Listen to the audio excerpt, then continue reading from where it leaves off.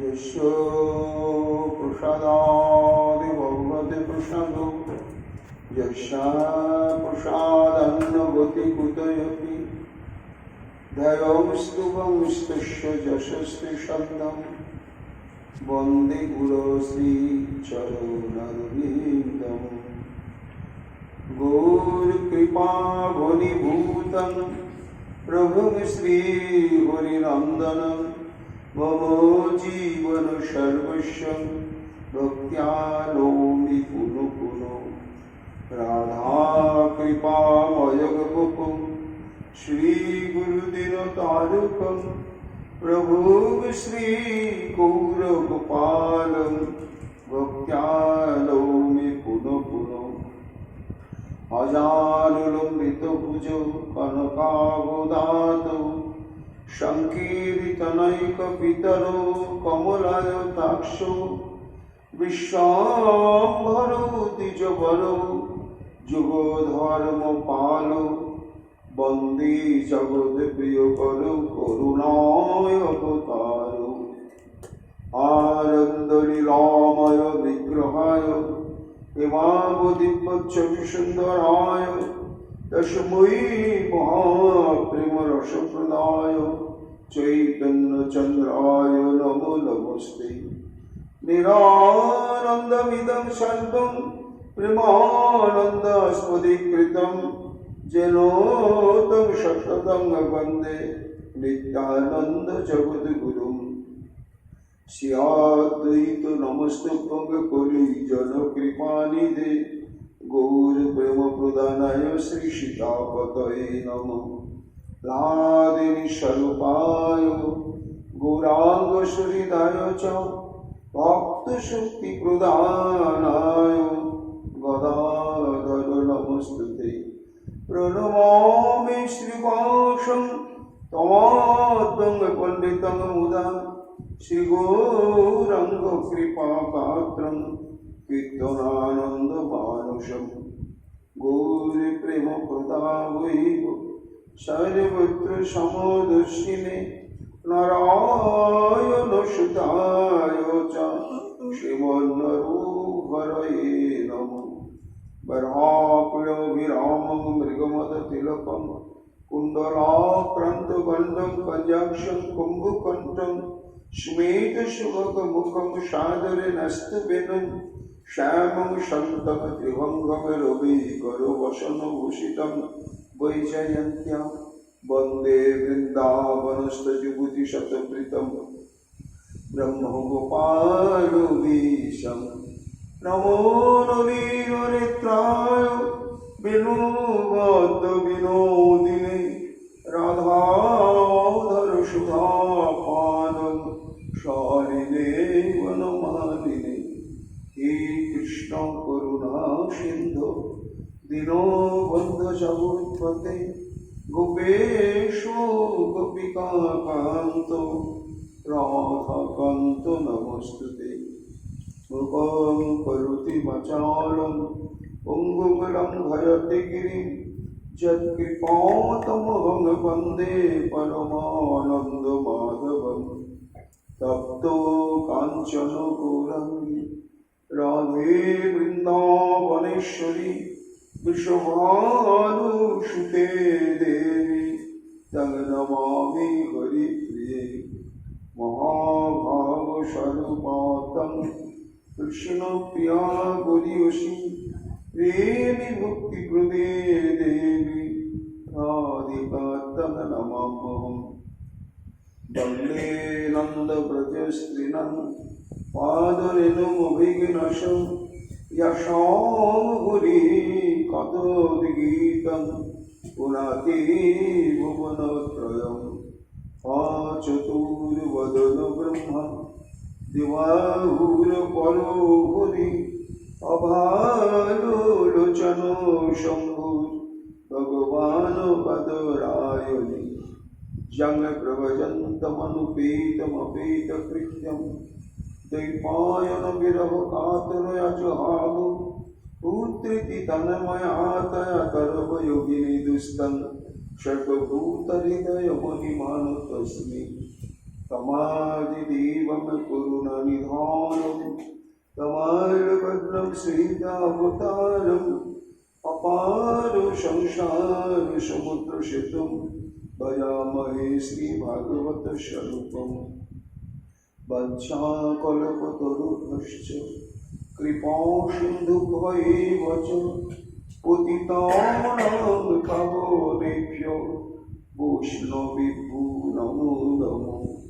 जय रूप सनातन भट्ट रघुनाथ श्रीजीवी गोपाल भट्ट दासेर गुणाम भक्ति भले बंदी छाय गोसाइয়ের চরণ যাহা হইতে বিঘ্ন নাশে অভিষ্ট পূরণ।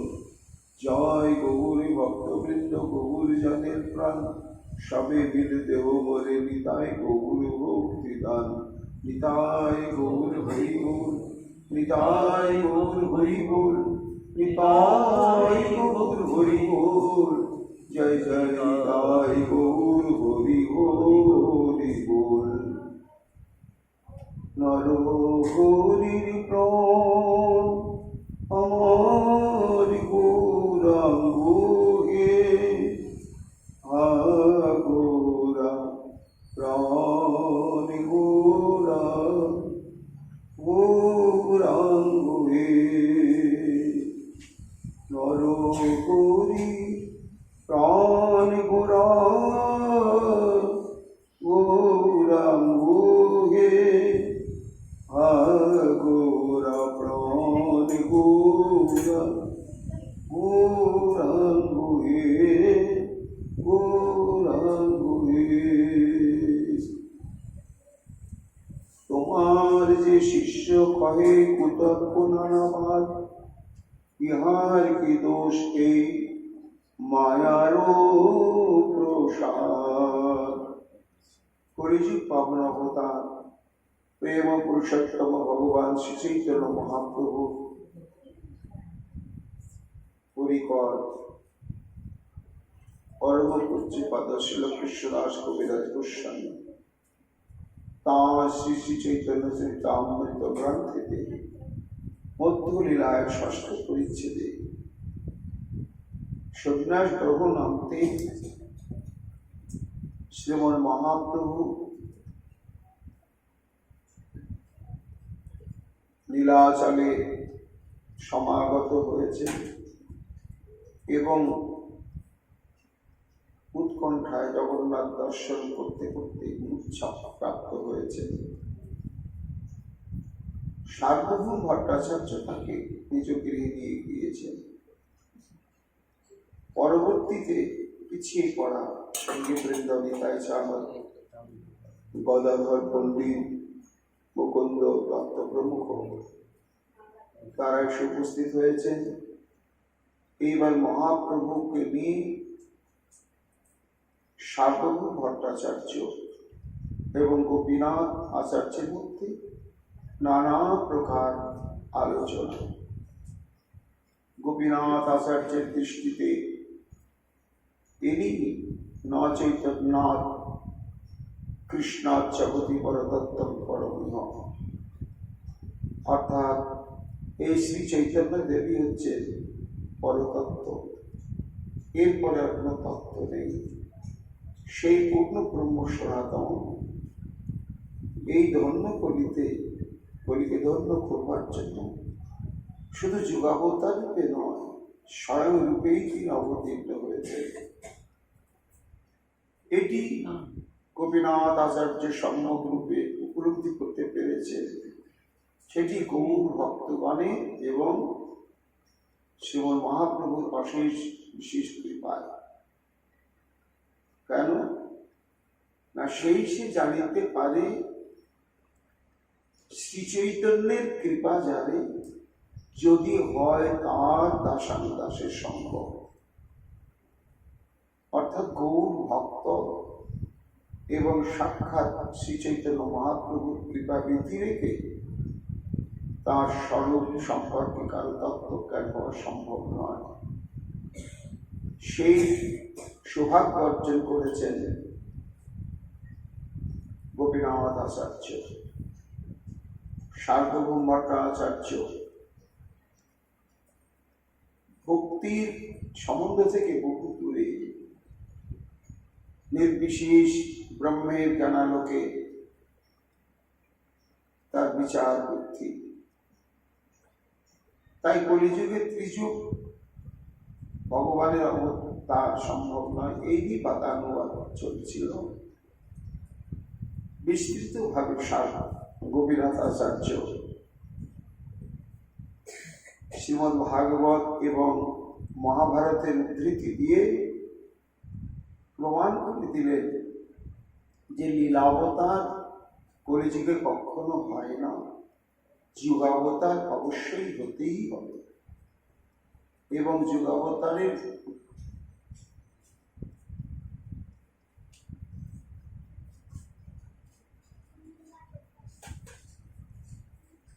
এই বিধান অনুসারে তিনি স্বয়ং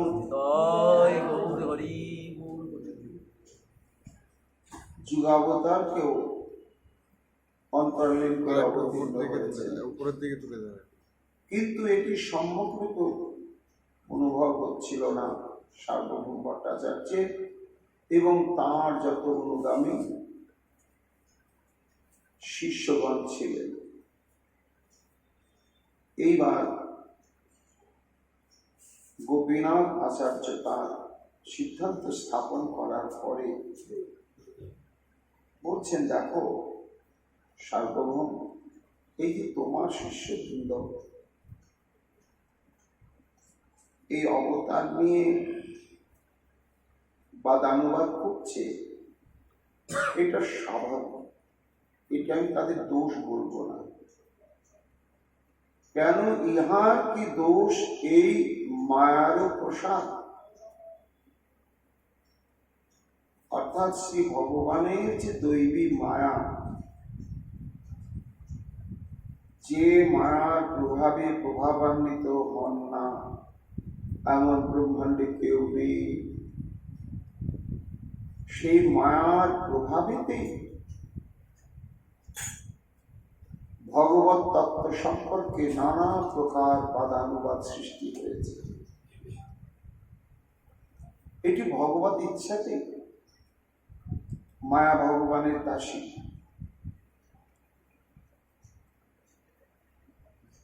যে যে আচার্যের বুদ্ধিবৃত্তি যতদূর পর্যন্ত অগ্রসর হয়েছে, তার মাধ্যমে তিনি ভগবত তত্ত্বকে অনুভব করে ঠিক সেই রকম সিদ্ধান্ত স্থাপন করেছেন। পরবর্তীতে কোনো আচার্য আবার ভগবত তত্ত্ব নিয়ে অনুসন্ধিৎস হয়ে অনুসন্ধান করতে করতে তিনি একটি স্বরূপে প্রতিষ্ঠিত হতে পেরেছেন। তখন সেটাকে তিনি সিদ্ধান্ত রূপে ঘোষণা করে তার পেছনে লিখিল বেদশাস্ত্রের যে অনুমোদন সমর্থন, সেটি তিনি উল্লেখ করে তদনুরূপ সম্প্রদায়গত শাস্ত্র প্রণয়ন করেছেন। আর এটি ভাগবতে স্বীকৃত সার্বভৌম ভট্টাচার্য ঐশ্বর্য যৎসত্যয়ো বদতাং বদিনাং বৈ বিবাদ সংবাদ ভুব ভবন্তি কুর্বন্তি চৈষাং মুহুরাত্মমোহং তস্मै নমো অনন্ত গুণায় গুম্নে। প্রণাম করছেন প্রজাপতি দক্ষ। কোন প্রজাপতি দক্ষ? না, দুইজন দক্ষের কথা ভাগবতে আছে।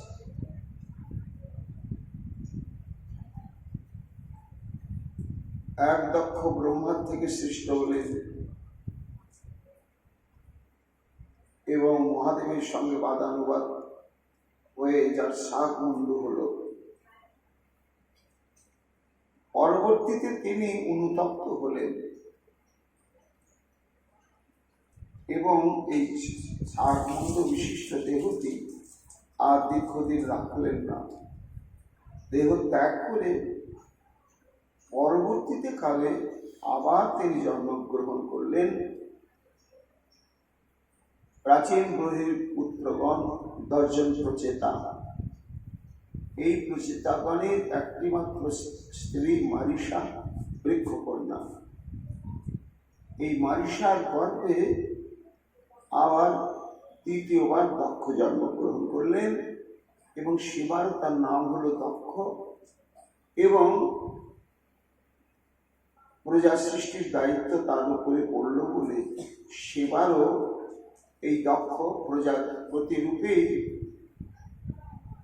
প্রতিষ্ঠা লাভ করলেন এবং এই প্রচেতাগণের থেকে এর জন্ম হলো বলে এর পরিচয় হলো প্রাচেতস দক্ষ। তা এই প্রাচেতস দক্ষ যখন ব্রহ্মার নির্দেশে বিভিন্ন প্রকার সৃষ্টি ক্রিয়া শুরু করলেন, তখন মূল মুখ্য প্রাণী বা জীব কিছু সৃষ্টি হলো, কিন্তু তাদের বংশ বিস্তার হলো না। যখন বংশ বিস্তার হচ্ছে না, তখন খুব চিন্তাগ্রস্ত হয়ে পড়লেন প্রাচেতস দক্ষ। এটা কি করে সেই প্রজাবৃদ্ধি হবে? নিজের যত শক্তি, বুদ্ধি, তপস্যা, বল সবকিছু প্রয়োগ করেও হলো না। তখন বুঝলেন যে একমাত্র শ্রী ভগবত কৃপা ব্যতিরেকে এটি কখনো সম্ভব নয়। তখন বিন্ধ্যাচল পর্বতের সান্নিধ্যে একটি সুন্দর মনোরম পর্বত ছিল, তাতে ছিল সুন্দর তপবন। সেই নিরালা তপবনে গিয়ে এই প্রাচেতস দক্ষ ভগবত সাক্ষাৎকারের জন্য কঠোর তপস্যা করতে শুরু করলে এবং ভগবানের মহিমা কীর্তন করে স্তুতি করতে লাগে। গোপীনাথ আচার্য বলছেন, ভট্টাচার্য তুমি জানো, যে স্তুতির দ্বারা ভগবানের আরাধনা করেছিলেন প্রাচেতস দক্ষ, সেই স্তুতির নাম হচ্ছে হংসগুজ্জ স্তুতি। এই হংসগুজ্জ স্তুতির প্রত্যেকটা শ্লোকে শ্লোকেতে তিনি কর্তুম অকর্তুম উন্নত কর্তুম সমর্থ তত্ত্ব বিশেষ যে ভগবান, তার নানা প্রকার মহিমা, বৈশিষ্ট্য, গুণ উল্লেখ করে করে তার চরণে প্রণাম নিবেদন করছিলেন এবং নিজের শরণাগতি প্রার্থনা করছিলেন। তারই একটি মন্ত্র। সেই মন্ত্রটি কি না, যৎ শক্ত বদতাং বাদিনাঙ্গই বিবাদ সংবাদ ভবন্তি। যার মায়া শক্তির প্রভাবে প্রভাবান্বিত হয়ে আচার্যবৃন্দ আপন আপন প্রজ্ঞা প্রতিভা এই ভগবত তত্ত্বের একাকী স্বরূপ অনুভব করেছেন, এইবার পরস্পরের মধ্যে তা নিয়ে নিরন্তরই বাদানুবাদ। কেন? নিখিল বেদ শ্রুতি এমন শাস্ত্র যে প্রত্যেক মতবাদের অনুকূলে অনুমোদনমূলক অনেক শ্লোক সিদ্ধান্ত রয়েছে। এই নিয়ে সংবাদ ও বিবাদ, কখনো তর্ক বিতর্ক হতে হতে মতভেদ হয়ে যায়, আবার কখনো চূড়ান্ত সিদ্ধান্তে এসে একটা সমন্বয় হয়, তখন তাকে সংবাদ বলা হয়। এই যে শক্তির প্রভাবে যৎসত্তর বদতাম বক্তাগণ বা ঋষিগণ বা ব্রাহ্মণগণ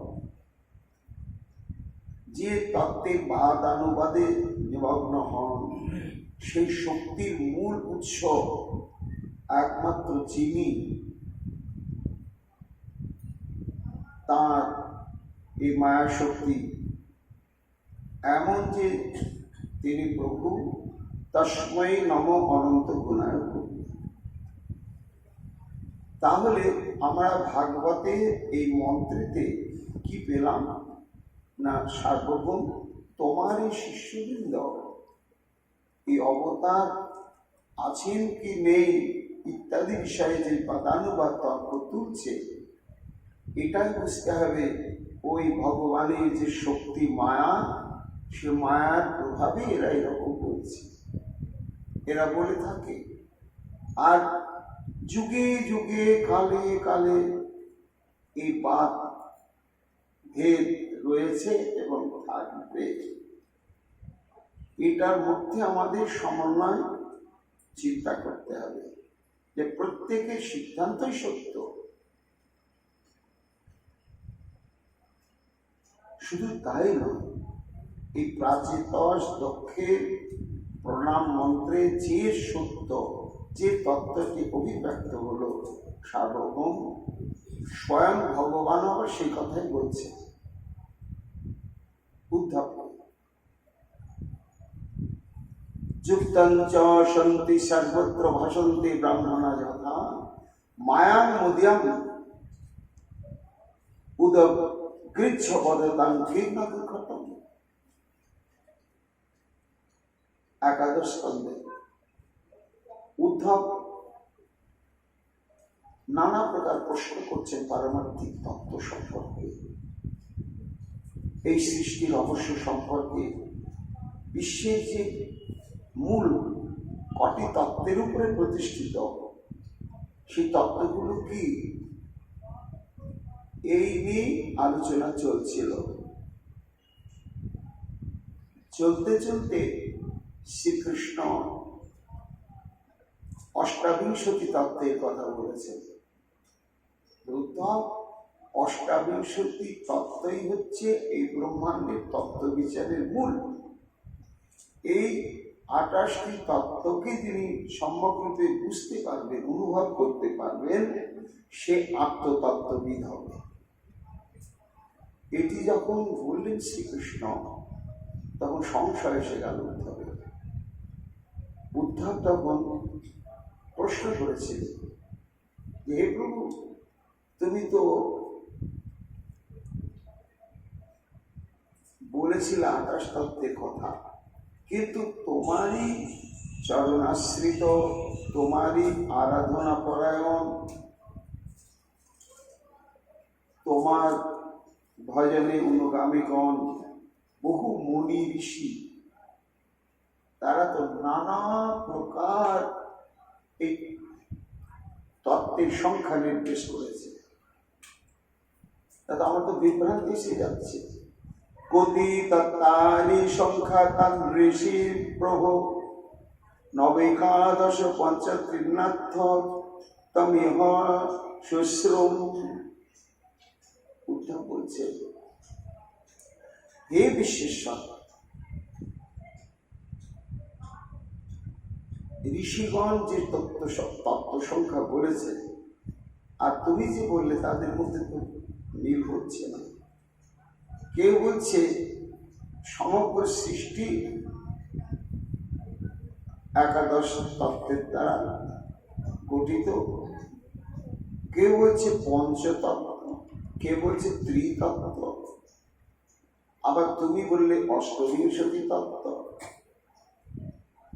কেচিৎ সপ্তদশ প্রভু ষড়ৈশিকে ত্রয়োদশ এতাবত্তং হি সংখ্যানাম ঋষয় যদ বিবক্ষয়া। আবার কেউ কেউ বলছে সপ্তদশ সংখ্যক তত্ত্ব, কেউ বলছে ষোড়শ, কেউ বলছে ত্রয়োদশ। তা এই পার্থক্য কেন?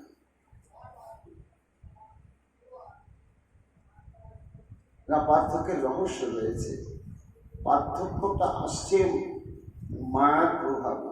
মায়া হচ্ছে প্রকৃতি, আর প্রকৃতির বৈশিষ্ট্য হচ্ছে প্রকার সৃজনী শক্তি।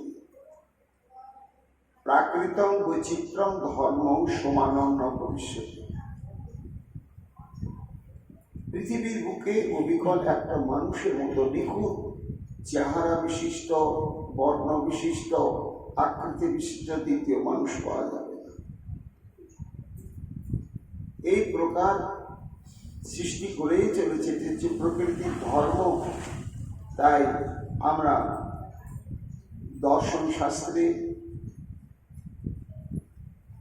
পারমার্থিক সিদ্ধান্তের দিকে এই ভেদগুলো আমরা চিরকালই দেখেছি এবং চিরাচরিত রয়েছে। বেদ একটাই হতে পারত, চারটি ভেদ হয়ে গেল। চারটি ভেদের চার রকম কিছু বক্তব্য রয়েছে, ভেদ এসে গেছে। আবার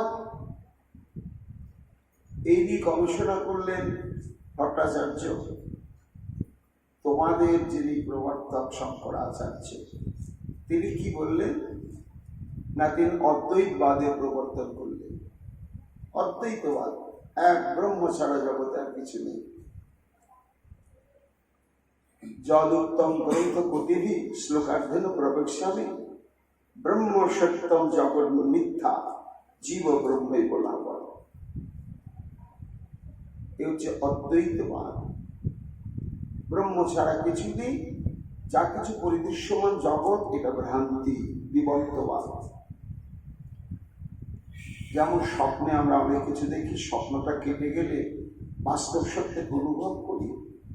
তাই মানুষ জন্মের পর থেকে এই ভ্রান্তি রোগাক্রান্ত হয়ে সে মনে করছে আমার সুখ, আমার দুঃখ, আমি বৃদ্ধ হচ্ছি, আমি নারী, আমি পুরুষ, ইত্যাদি ইত্যাদি ইত্যাদি।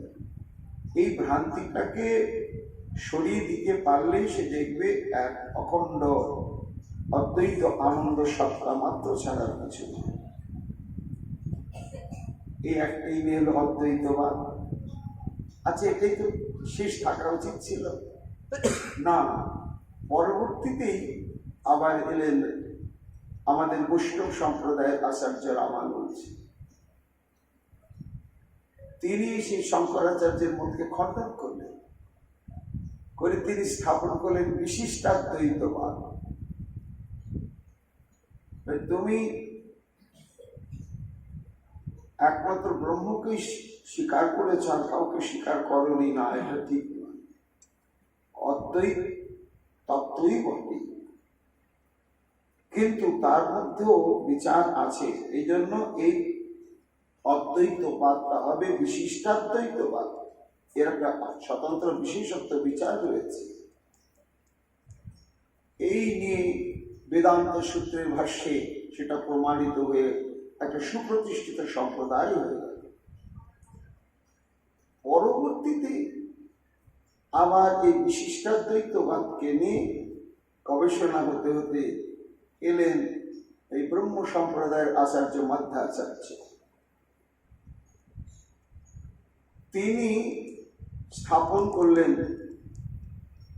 দ্বৈতবাদ। দ্বৈতবাদ কি না, ঈশ্বর এবং জীবের মধ্যে ভেদ আছে। জীব আর ঈশ্বর এক তত্ত্ব নয়। এই যে এক তত্ত্ব নয়, ভগবান, বিভু, জীব, অনু ইত্যাদি ইত্যাদি যুক্তি তত্ত্বজাল বিস্তার করে ব্রহ্মসূত্রের উদ্ধৃতি, উপনিষদ ইত্যাদি উদ্ধৃতি দিয়ে তিনি নিজের মত স্থাপন করে একটা সম্প্রদায় সৃষ্টি করলেন। আজ পর্যন্ত ভারতবর্ষে সেই সম্প্রদায়ের অনুগামীরা সেটা মেনে চলেছে। এরপরে বিষ্ণু স্বামী সম্প্রদায়ের আচার্য বল্লভাচার্য, তিনি আবার করলেন বিশুদ্ধাদ্বৈতবাদ। তার পরবর্তীতে এলেন নিম্বাদিত্য আচার্য, নিম্বার্ক সম্প্রদায়। তিনি বললেন না, দ্বৈতবাদ, অর্থাৎ ভেদও আছে আবার ভেদও নেই। এই সর্বশেষে এই কলিযুগে অবতীর্ণ হলেন আমার শ্রী চৈতন্য মহাপ্রভু। তিনি এসে একেবারে সমস্ত গবেষণার চূড়ান্ত সিদ্ধান্ত বললেন যে না, অদ্বৈতবাদও নয়, দ্বৈতবাদও নয়, বিশিষ্টাদ্বৈতবাদও নয়, দ্বৈতাদ্বৈতবাদও নয়, কি অচিন্ত ভেদাভেদবাদ। এই যে প্রবর্তন করলেন মহাপ্রভু, ঠিক আছে, কিন্তু তাই বলে কি সমস্ত বাদগুলো লুপ্ত হয়ে গেল বা লুপ্ত হয়ে যাবে, তা যাবে না। অদ্বৈতবাদ থাকবে চিরকাল, বিশিষ্টাদ্বৈতবাদ থাকবে। কেন থাকবে? এটার উত্তর দিতেই ভগবান উদ্ধবকে বললেন যে এটা হচ্ছে আমারই মায়ার বৈশিষ্ট্য, মায়ার প্রভাব। আবার 6টা দর্শন, এই 6টা দর্শনের 6 রকম সিদ্ধান্ত। ন্যায় একরকম বলছে, বৈশেষিক একরকম বলছে, মীমাংসা একরকম বলছে, সাংখ্য একরকম বলছে, বেদান্ত একরকম বলছে। এই জন্য ভট্টাচার্য এটি শ্রী ভগবত কর্তৃক অনুমোদিত সমর্থিত এই যে কোনো তত্ত্ব সিদ্ধান্ত নিয়ে বাদানুবাদ, তোমার শিষ্যবৃন্দ যে বাদানুবাদ করছে, এটা আমি রুষ্ট হচ্ছি না, তাদের সমালোচনা করছি না, এটা নিশ্চিত যে ওই শ্রী ভগবানেরই মায়াশক্তির প্রভাব ছাড়া কিছু নয়। তবে ভট্টাচার্য কহে, যাব গোসাইয়ের স্থান, আমার নামে গণ সহিত কর নিমন্ত্রণে।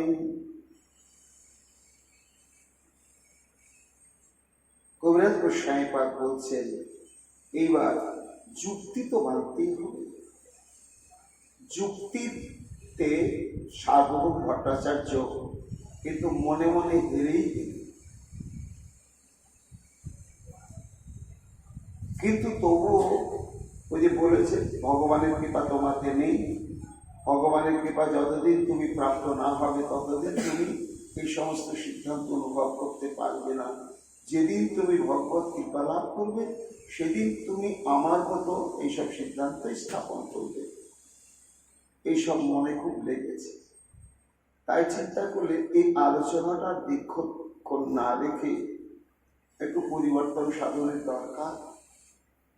এই ভাবান্তর আনবার জন্যই সার্বভৌম ভট্টাচার্য বলেন, আচার্য দেখো বেলা অনেক হয়ে গেল, এক কাজ করা হোক, মহাপ্রভু এবং তাঁর পারিষদবর্গ যারা নীলাচল অবস্থান করছেন, তার সৈন্যবৃন্দ সবাই মহাপ্রসাদ গ্রহণ করুক এখানে, এবং তুমি মন্দির থেকে মহাপ্রসাদ নিয়ে আসার সমস্ত বন্দোবস্ত করো। প্রসাদ আনিয়া তারে করাও আগে শিক্ষা, পশ্চাৎ আমারে আসি করাইও শিক্ষা। আলোচনাটা আমাদের এখনকার মতো এখানে বিশ্রাম দেওয়া হোক। যাকে লক্ষ্য করে আমাদের আলোচনা চলছে, তা এই আলোচনায় তো তার সেবানন্দটি পূর্ণ হবে না, তাকে তো মহাপ্রসাদ পাওয়াতে হবে। তা আমার ইচ্ছা, তাকে নিয়ে তুমি এত যখন কিছু আলোচনা করলে, তখন আমি প্রথম দিন তাকে জগন্নাথের মহাপ্রসাদ দিয়ে পরিতুষ্টভাবে ভোজন করিয়েছিলাম, ভিক্ষা করিয়েছিলাম, আজকেও তাই হবে। তারপরে আবার আমরা তার সম্পর্কে আলোচনায় বসব। আচার্য ভগ্নিপতি শ্যালক ভট্টাচার্য, নিন্দা স্তুতি হাস্যে শিক্ষা করানোয় আচার্য। কবিরাজ গোস্বামীপাদ বলছে, কথোপকথন বাগ্বিতণ্ডা হচ্ছে শ্যালক আর ভগ্নিপতির প্রতি, আর দুজন দুজনের প্রতি প্রীতিভাবাপন্ন, শত্রু ভাবাপন্ন নয়। কাজে তাদের যে এই বাদানুবাদ, এটা হচ্ছে রসের বাদানুবাদ। এই বাদানুবাদ করতে গিয়ে কখন গোপীনাথ আচার্য সার্বভৌমের ভট্টাচার্যের মতকে খণ্ডন করে তাকে নিন্দা করছেন, আবার তার শাস্ত্রজ্ঞানকে নিয়ে তার প্রশংসা করছেন, আবার কখন না না না তোমাকে একটু রাগিয়ে দেওয়ার জন্য রং করে বললাম, ভট্টাচার্য তুমি মনে কিছু করবে। এইভাবে হাস পরিহাসের দ্বারা চেষ্টা করছে গোপীনাথ আচার্য যে মহাপ্রভুর কৃপা দৃষ্টি ওর প্রতি পড়ুক, ও সম্যকভাবে মহাপ্রভুর তত্ত্ব অবহিত হতে পারে, তাহলে তাঁর বড় সুখ হবে। আচার্যের সিদ্ধান্তে মুকুন্দের হইল সন্তোষ, ভট্টাচার্যের বাক্যে মনে হইল দুঃখ রোষ। এতক্ষণ ধরে যে সার্বভৌম ভট্টাচার্যের সঙ্গে গোপীনাথ আচার্যের আলোচনা, তার এক বিশেষ শ্রোতা হচ্ছে মুকুন্দ দত্ত।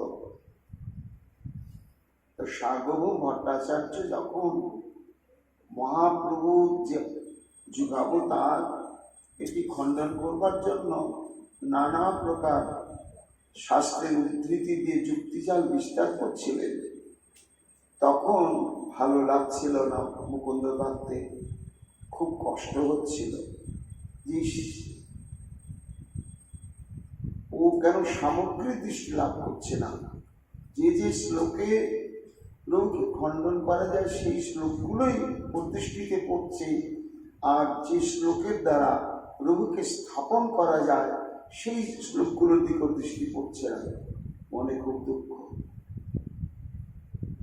এমন সময় গোপীনাথ আচার্য ভাগবত এবং মহাভারত বা অন্যান্য গ্রন্থের উদ্ধৃতি দিয়ে যে এই কলিতে, অন্যান্য কলিতে নয়, বিশেষত এই কলিতে, এই দাপর যুগের অপবহিত বলে যে কলিযুগ, এই কলিযুগেতে যে শ্রী চৈতন্য মহাপ্রভু এসেছেন, এইটি তিনি শাস্ত্র বিকশিত অবদান। এ সমস্ত অনুগামীদের প্রতিশ্রুতিমূলক সিদ্ধান্ত নয়। এইসব যখন বলছেন গোপীনাথ আচার্য, মুকুন্দের খুব সুখ হচ্ছে। গোসাইয়ের স্থানে আচার্য কইল আগমন, ভট্টাচার্যের নামে তারে কইল নিমন্ত্রণ। মহাপ্রভু তো সার্বভৌম ভট্টাচার্যের মাসির বাড়িতে অবস্থান করেন, আর এতক্ষণ ধরে যে আলোচনা সভা চলছিল সেটি সার্বভৌম ভট্টাচার্যের গৃহে। প্রভু সেখানে সাক্ষাৎ উপস্থিত নেই। এইবার মধ্যাহ্নকাল সমাগত, প্রভুর ভিক্ষার ব্যবস্থা করতে হবে। সার্বভৌমের ইচ্ছা জগন্নাথ দেবের মহাপ্রসাদে তিনি তৃপ্ত হন, তাই এই সংবাদ নেই। মহাপ্রভু যেখানে অবস্থান করছেন, গোপীনাথ আচার্য সেখানে এসে সার্বভৌম ভট্টাচার্যের নাম দিয়ে নিমন্ত্রণ করলেন। এইবার মহাপ্রভু গোপীনাথ আচার্যের দিকে, মুকুন্দের দিকে তাকাচ্ছে। সে দৃষ্টিভঙ্গি একটু আলাদা। সে দৃষ্টির মধ্যে এরকম অনুসন্ধিচ্ছা যে আমাকে তো সার্বভৌম তার দৃষ্টিভঙ্গি নিয়ে একরকম দেখেছে, কিন্তু এদের দৃষ্টিভঙ্গিতে সার্বভৌম কেমন, এইরকম যেন অনুসন্ধিচ্ছা মহাপ্রভুর মধ্যে। তা প্রভু জিজ্ঞাসাও করছেন না যে তোমরা তো তার কাছ থেকে আসছো, নিশ্চয় আমার সম্পর্কে আলোচনা হয়েছে সেখানে। তা আমার সম্পর্কে আলোচনা হতে গিয়ে আমার সম্পর্কে সার্বভৌম ভট্টাচার্যের কিরকম ধারণা, তোমরা কি বুঝলে? এটি মহাপ্রভু জিজ্ঞাসা করতে পারলেন না বা করলেন না, কিন্তু ভাবভঙ্গিতে সেই ভাবটি প্রকাশিত। তখন অনুভব করে গোপীনাথ আচার্য আর মুকুন্দ দত্ত আর চেপে থাকতে পারলেন না। সেখানে যা কিছু আলোচনা হয়েছিল মহাপ্রভুকে কেন্দ্র করে সমস্ত খুলে বলে দিয়ে তারপরে আচার্য বলছেন, প্রভু কি অন্ধকারে নিমজ্জিত হয়ে রয়েছে সার্বভৌম, তোমাকে কি না এই ভারতী সম্প্রদায় থেকে আবার উন্নত সম্প্রদায়ের সংস্কার করতে চায়, এবং তোমার এই যে পূর্ণ যৌবন, এই এহেন যৌবন নিয়ে কখনো চিত্তকে স্থির রাখা যায় না। তার জন্য তোমার এই যৌবনের গতিবেগকে প্রশমিত করবার জন্য তোমাকে নিরন্তর বেদান্ত শ্রবণের সিদ্ধান্ত নিচ্ছে। এইটা কি উচিত? সার্বভৌম এত বড় বিজ্ঞ পণ্ডিত হয়ে, এত শাস্ত্রজ্ঞ হয়ে, ভগবত তত্ত্ব সম্পর্কে শাস্ত্রের উদ্ধৃতি এত কিছু জানার সত্ত্বেও তোমাকে দিকে চিনতে পারলে না। বলতে বলতেই মুকুন্দ একটু কাঁদো কাঁদো হয়ে গেল এবং গোপীনাথ আচার্য ভারাক্রান্ত হয়ে পড়লেন। কেন? প্রভুর নিন্দা তাদের কাছে একটা প্রান্ত বেদনা বিষয়। মহাপ্রভু বুঝতে পারলেন। মুকুন্দ সহিতে কয় ভট্টাচার্যের কথা, ভট্টাচার্যের নিন্দা করে মনে পাইয়া ব্যথা। যা ঘটনা তাই, এই অনুচিত মন্তব্য, অনুচিত কথা সব খুলে বললেন। শুনি মহাপ্রভু কহে, ওইসে মত কহ, আমাপতি ভট্টাচার্যের হয় অনুগ্রহ। ছি ছি গোপীনাথ, মুকুন্দ, না না, সর্বভারতীয় মহাপণ্ডিত এবং জগৎগুরু, তার দৃষ্টিভঙ্গি, তার সিদ্ধান্ত কখনো ভ্রান্ত হতে পারে? তোমরা ভাবাবেগে হয়তো আমার কাছে বললে, কিন্তু আর কখনো বলবে না, আমি তাহলে দুঃখ পাব। উনি যেটা বলছেন সেটা আমার প্রতি অনুগ্রহ প্রকাশের জন্যই বলছে, ঠিকই বলেছে। আমার এই নবীন বয়স, এই বয়সে তো যৌবন উপভোগেরই তৃষ্ণা বর্তমান জগতে প্রত্যেকটি মানুষের ভেতরেই থাকে, আমার মধ্যে থাকবে না? আমি তো সমাজের মানুষের মতো একজন মানুষ, কিন্তু আমার কতদিনই হিত কামনা করেন যাতে আমার এই সন্ন্যাস ধর্ম, যাতে আমার এই বৈরাগ্য, যাতে আমার এই চিত্তবৃত্তি স্থির হওয়া, এই সমস্ত হতে পারে। তার জন্য উনি খুব গভীর চিন্তা করে করে এইটাই সিদ্ধান্ত নিয়েছেন। আমার সন্ন্যাস ধর্ম চাহেন রাখিতে, বাৎসল্যে করুণা করেন কি দোষ ইহাতে। আরে আমার তো উনি হিত কামনাই করছেন, এবং আমি যতটুকুনি অনুভব করেছি আমার প্রতি তার অকপট বাৎসল্য, পুত্রবৎ বা অনুগত শিষ্যবৎ। আমি যাতে সঠিক পথে সুপ্রতিষ্ঠিত থাকি, এটাই তার একমাত্র কামনা। তা তোমরা তার সঙ্গে এরকম বলুন। আর দিন মহাপ্রভু ভট্টাচার্য সনে আনন্দে করিলা জগন্নাথ দর্শনে। নিমন্ত্রণ রক্ষা করবার জন্য মহাপ্রভু সপরিবারে উপস্থিত হলেন সার্বভৌম গৃহেতে, এবং জগন্নাথের মহাপ্রসাদের দ্বারা আপ্যায়িত হলেন মহাপ্রভু, নিতাইচাঁদ সবাই। তারপরে এইভাবে কতিপয় দিবস অতিবাহিত হতে হতে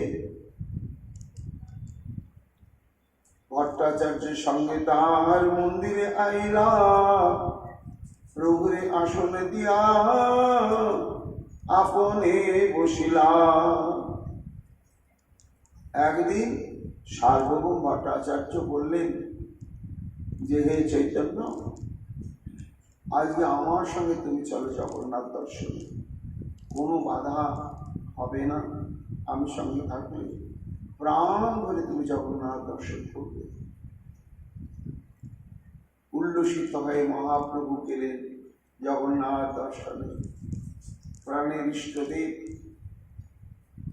কতক্ষণ অপলক নয়নে জগন্নাথ দেবের মাধুর্য আস্বাদন করলেন। তিনি কি দেখছেন? সাক্ষাৎ ব্রজেন্দ্রনন্দন, অন্য স্বরূপ দেখেন না। যখনই জগন্নাথ দেবকে দর্শন করেন তখনই তিনি দেখেন একমাত্র ব্রজেন্দ্র নন্দন স্বরূপ। এইভাবে প্রাণ ভরে দর্শন করার সুযোগ কাজ করে দিয়েছে সার্বভৌম ভট্টাচার্য। এই জন্য মহাপ্রভু অতি সন্তুষ্ট হয়েছেন আজকে সার্বভৌম ভট্টাচার্যের প্রতি। ইষ্টপুষ্টি করতে করতে সার্বভৌম ভট্টাচার্য বলেন, প্রভু চলো আজকে আমার গৃহে একটু চলো। ভট্টাচার্যের সঙ্গে তার মন্দিরে আইলা প্রভুরে আসন দিয়া আপনে বসে। সার্বভৌম ভট্টাচার্য মহাপ্রভুকে বসার আসন দিয়ে তারপরে তার সামনে বসলেন। বেদান্ত পড়াইতে তবে আরম্ভ করিলা, স্নেহ ভক্তি করি কিছু প্রভুরে কহিলা। প্রভুর সামনেই বেদান্ত অর্থাৎ ব্রহ্মসূত্র গ্রন্থ নিয়ে এসে প্রাথমিকভাবেই পড়তে শুরু করলেন, শোনাতে শুরু করলেন মহাপ্রভু। মহাপ্রভু তো প্রথমে একটু অপ্রস্তুতি হয়ে গেলেন, যে হঠাৎ করে আগে আমাকে কিছু না বলে এইভাবে জগন্নাথ দর্শন করিয়ে আবার এসে বেদান্ত শ্রবণ শুরু হয়ে গেল, করতে হবে আমাকে। মহাপ্রভু যেন কেমন চিন্তা ভাবনা করছে। বেদান্ত পাঠ শুরু করবার আগেই বিজ্ঞত বুঝতে পারলেন মহাপ্রভুর মনোগত ভাব। বলে, শোনো কৃষ্ণ চৈতন্য, এই তোমার প্রয়োজন, এই প্রত্যেক দিন এই প্রত্যুষকালে জগন্নাথ দর্শন করে এই আমার গৃহে আসতে হবে, আর প্রত্যেক দিন এইভাবেই বেদান্ত শ্রবণ করতে হবে। কেন? বেদান্ত শ্রবণ এই সন্ন্যাসীর ধর্ম, নিরন্তর করো তুমি বেদান্ত শ্রবণ। বেদান্ত হচ্ছে ব্রহ্মসূত্র। বেদকে বিভাজিত করলেন ব্যাসদেব, করার পরে দেখলেন বেদ এমন রহস্যময় গ্রন্থ যে সাধারণ মানুষ অনুশীলন করে তার মধ্যে কোনটা জাগতিক উপদেশ, কোনটা সাংসারিক উপদেশ, আর কোনটা পারমার্থিক উপদেশ, এটা বেছে কুচে নিতে পারবে না। এমন এমন কথা বলা হয়েছে, কিভাবে যৌবন অটুট হবে, কিভাবে সম্ভব বাসনা বৃদ্ধি হবে, কোন কোন দেবতার আরাধনা করলে, ইত্যাদি ইত্যাদি বেদ প্রচুর বলেছে এই সম্পর্কে। এই সমস্ত সিদ্ধান্তে তো পারমার্থিক কোন সিদ্ধান্ত নেই। তাই ব্যাসদেব পরবর্তীতে খুব চিন্তা ভাবনা করে এই লিখিত বেদ শাস্ত্রের যে মূল সিদ্ধান্ত, যে পরতত্ত্বের প্রকাশ, পরতত্ত্বের কাছে পৌঁছায় গতি মুক্তি জীবে, এই পরতত্ত্ব সম্পর্কে ধারণা যাতে সহজভাবে উপলব্ধি করতে পারে জগৎ, তার জন্য এই সমস্ত বেদের যে প্রতিপাদ্য তত্ত্ব, বেদের যে প্রতিপাদ্য বিষয়, সেটিকে ব্যক্ত করবার জন্য উনি বহু কয়েক সহস্র সূত্র তৈরি করলেন। এই সূত্রের নাম হচ্ছে ব্রহ্মসূত্র। এটাকে বেদান্ত বলা হয়, বেদের অন্তর্ভাগ। প্রথম সূত্রই হচ্ছে জন্মাদ্যস্য জপ, ছোট্ট, কিন্তু এই প্রথম সূত্রকে নিয়ে কত কত কত কত কত কত কত আলোচনা। তারপরে অথাত ব্রহ্ম জিজ্ঞাসা, শাস্ত্র যে বিদ্যা, তত্ত্ব সমন্বয়া। কিন্তু ব্যাসমণি সূত্রগুলো রচনা করলেন। এখন এই যে অথাত ব্রহ্ম জিজ্ঞাসা একটা সূত্র, এটা সাধারণ মানুষ বুঝতে পারবে না, এটার ব্যাখ্যার প্রয়োজন। ব্যাখ্যা কিন্তু ব্যাসদেব আর করলেন না। পরবর্তীতে সেই ব্যাখ্যাটি প্রকাশিত হলো শ্রীমদ্ ভাগবতে। ভাগবতের যে প্রথম মঙ্গলাচরণের শ্লোক, সেই শ্লোকটি হচ্ছে ব্রহ্মসূত্রের যে জন্মান্তস্য যত, সেই শ্লোকের বিস্তৃত ব্যাখ্যা। তা সেই শঙ্করাচার্য স্বতন্ত্রভাবে প্রত্যেকটি সূত্রের তাঁর নিজস্ব দৃষ্টিভঙ্গি নিয়ে তিনি ভাষ্য রচনা করলেন। সেই ভাষ্যের নামই হচ্ছে শঙ্কর ভাষ্য। এখন তদানীন্তনকালে সন্ন্যাসী সম্প্রদায়ের প্রবর্তক শঙ্করাচার্য, আর তিনি এটা কঠোরভাবে সংবিধান দিয়েছেন যে সন্ন্যাসীগণকে এই বেদান্ত শ্রবণ করতেই হবে। এই বেদান্তের বিচারবোধের মধ্যে নিজেকে না ডুবাতে পারলে জড়জাগতিক চিন্তা ভাবনা, ভোগ বাসনার প্রভাব থেকে নিজেকে মুক্ত রাখা যাবে না। যেমন কৃষ্ণ ভক্ত বা বৈষ্ণবগণের অবশ্যই শ্রোতব্য বিষয় হচ্ছে শ্রীমদ্ ভাগবতম। নিরন্তর আমাদের ভাগবত চর্চা করতেই হবে, শুনতেই হবে, বারবার শ্রবণ করতেই হবে। তেমনি অদ্বৈতবাদী সন্ন্যাসীগণের নিরন্তর বেদান্ত শ্রবণই হচ্ছে ভজনের মুখ্য অঙ্গ। তা মহাপ্রভুকে বলছেন যে চৈতন্য, বেদান্ত শ্রবণ এই সন্ন্যাসীর ধর্ম, নিরন্তর করো তুমি বেদান্ত শ্রবণ। মহাপ্রভু তখন বুঝলেন, ওই যে আমি গোপীনাথ আচার্যের মুখে শুনলাম যে আমার চঞ্চল চিত্তকে স্থির করবার জন্যই উনি সিদ্ধান্ত নিয়েছেন নিরন্তর আমাকে বেদান্ত শ্রবণ করাবে। তাহলে আজকে মনে হয় তারই শুরু হচ্ছে। প্রভু কহে মোরে তুমি করো অনুগ্রহ, সেই তো কর্তব্য আমার, তুমি যেই কহ। মহাপ্রভু যেন একেবারে আত্মসমর্পণ করে দিলেন ভট্টাচার্যের কাছে। ভট্টাচার্য, আমি তো তোমাকে গুরু বলে বরণ করে নিয়েছি, আমার যাতে হিত, তাই আমাকে পালন করতে হবে, আমি তার শ্রবণ করব। 7 দিন পর্যন্ত হইছে করেন শ্রবণে, ভালো মন্দ নাহি কহে বসি মাত্র শোনে। ভালো শ্রোতা পেয়েছেন, একেবারে প্রাণ খুলে শঙ্কর ভাষ্যকে আরো নিজের বুদ্ধিবৃত্তির বিশ্লেষণ করে খুব ব্যাখ্যা করে করে করে করে এক একটা করে সূত্রই হয়তো 2 দিন 3 দিন ধরে শোনাচ্ছেন মহাপ্রভু। 7 দিন অতিবাহিত হয়ে গেল। বেদান্ত শ্রবণ করাতে করাতে বক্তা সার্বভৌম ভট্টাচার্য শ্রোতাদিকে তাকিয়ে দেখছে, বসে রয়েছে গম্ভীর তন্ময় হয়ে বেশ যেন শুনছে মনে হচ্ছে। কিন্তু 7 দিন চলে গেল, এই শুনে কি সুখ পাচ্ছে, কি বুঝতে পারছে, কি পাচ্ছে না, কিছুই তো বোঝা যাচ্ছে না। শ্রোতার ভালো লাগছে কি লাগছে না, আনন্দ পাচ্ছে কি পাচ্ছে না, বোধগম্য হচ্ছে কি হচ্ছে না, সেটি 1 দিন 2 দিনেই বোঝা যায়, ভাবভঙ্গিতেই বোঝা যায়। আবার অনেক শ্রোতা প্রকাশ করে ফেলেন, না বড় কঠিন তত্ত্ব মাথায় ঢুকছে, কিন্তু এ তো কিছুই বলছে না।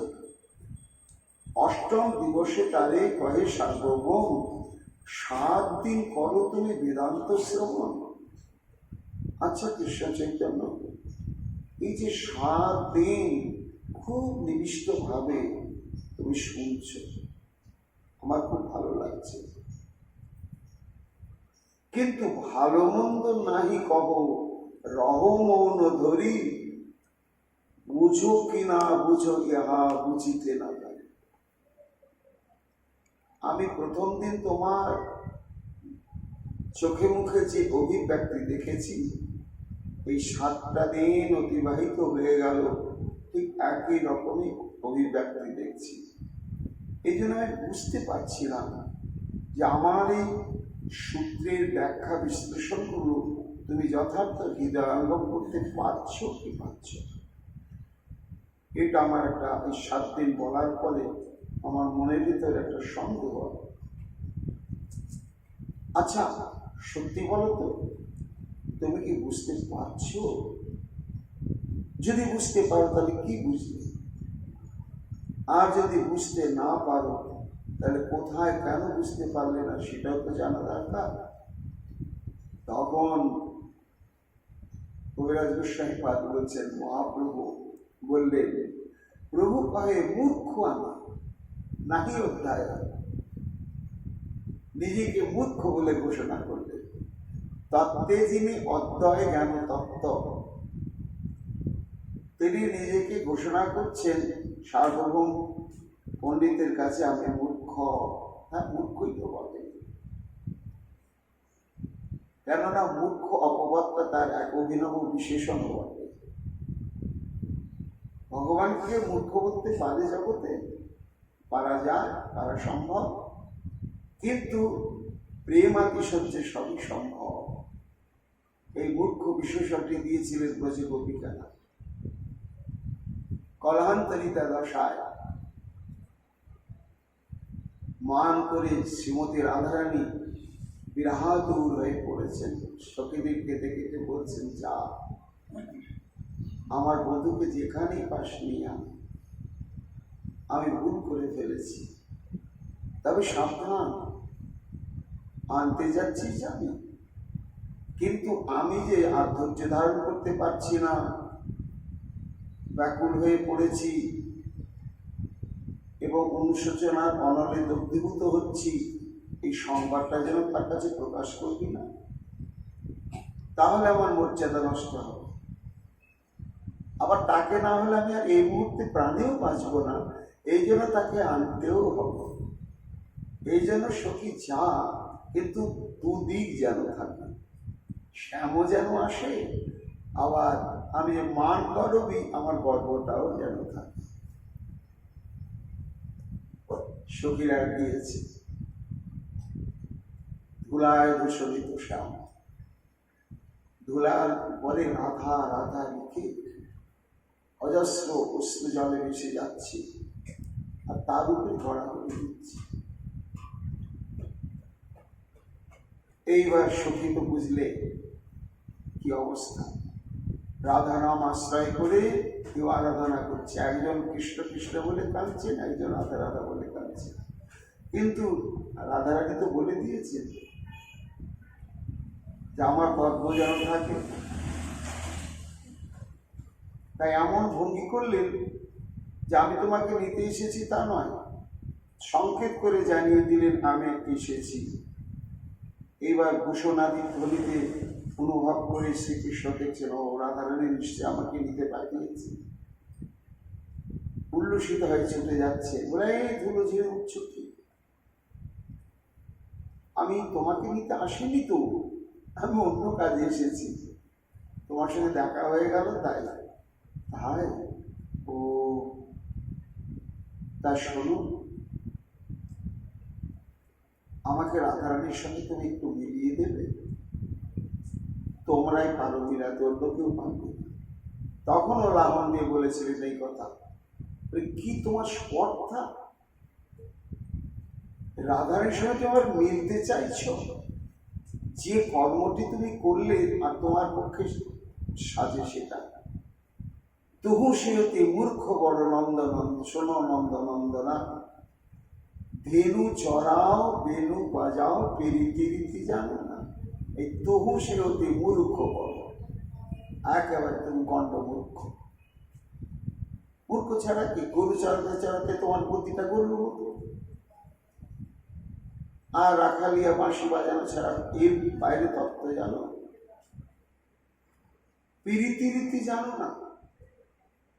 প্রীতির মর্যাদা রক্ষা করা ওই রাখাল পাকালের দ্বারা সম্ভব নয়। চাঁদ সূরজ জেনা দেখে তা সাই তোমার ঘটনা, তোমার কত ভাগ্য ভালো হয়ে। চন্দ্র সূর্য যার মুখ দর্শনে সৌভাগ্য পায় না, সেই অতি দুর্লভা রাজনন্দিনী বিশ্বভানুনন্দিনী, আর তার সঙ্গে তুমি প্রেম করে বসে আছো, এটি কি কম ভাগ্যের কথা? কিন্তু মূর্খ কোনদিন প্রেমের মর্যাদা বোঝে, তা বোঝে না। তাই সংকেত করি অনুসায় ঋষি করিলে বলছে না। এটা মূর্খেরই আচরণ বিশেষ। প্রেমের মর্যাদা দিতে জানো না। গোবিন্দ এবার হাও হাও করে কাঁদতে শুরু করেছে।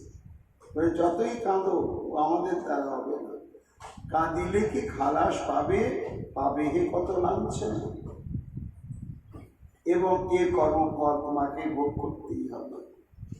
যুগে যুগে ইহ প্রেম শোধই না পারবি, প্রেম ও কাঙ্গালি হয়ে দাঁড়ে দাঁড়ে বেড়ায়।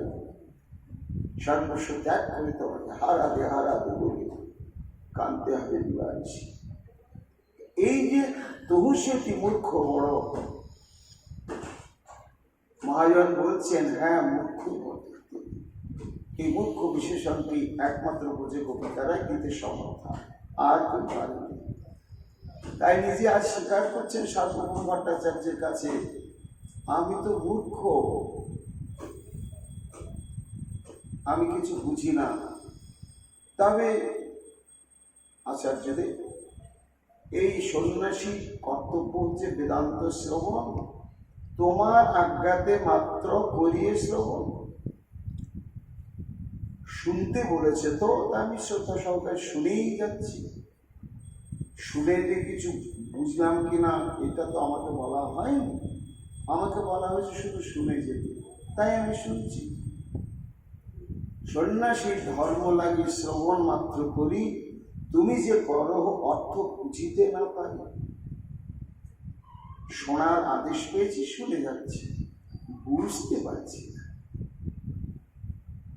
হ্যাঁ, বুঝতে পারছো না? ভট্টাচার্য কহে না বুঝি হেন জ্ঞান যার, বুঝিবার তরে সেই পৌঁছে আনবার। আশ্চর্য, তুমি যে বুঝতে পারছো না, 7 দিন বসে আছো চুপচাপ, একটু তো বলতে হবে যে আমি এই জায়গাটা বুঝতে পারছি না। তা না বললে আমি কি করে বুঝবো যে আমার বিশ্লেষণটা তুমি ঠিকভাবে বুঝতে পারছো না? যেখানে পারছো না আমি চেষ্টা করব বিভিন্ন দিক থেকে সেটা বুঝিয়ে দেওয়ার জন্য। তুমি শুনি শুনি রহ মৌন মাত্র ধরি, হৃদয় কি আছে তোমার বুঝিতে না পারি।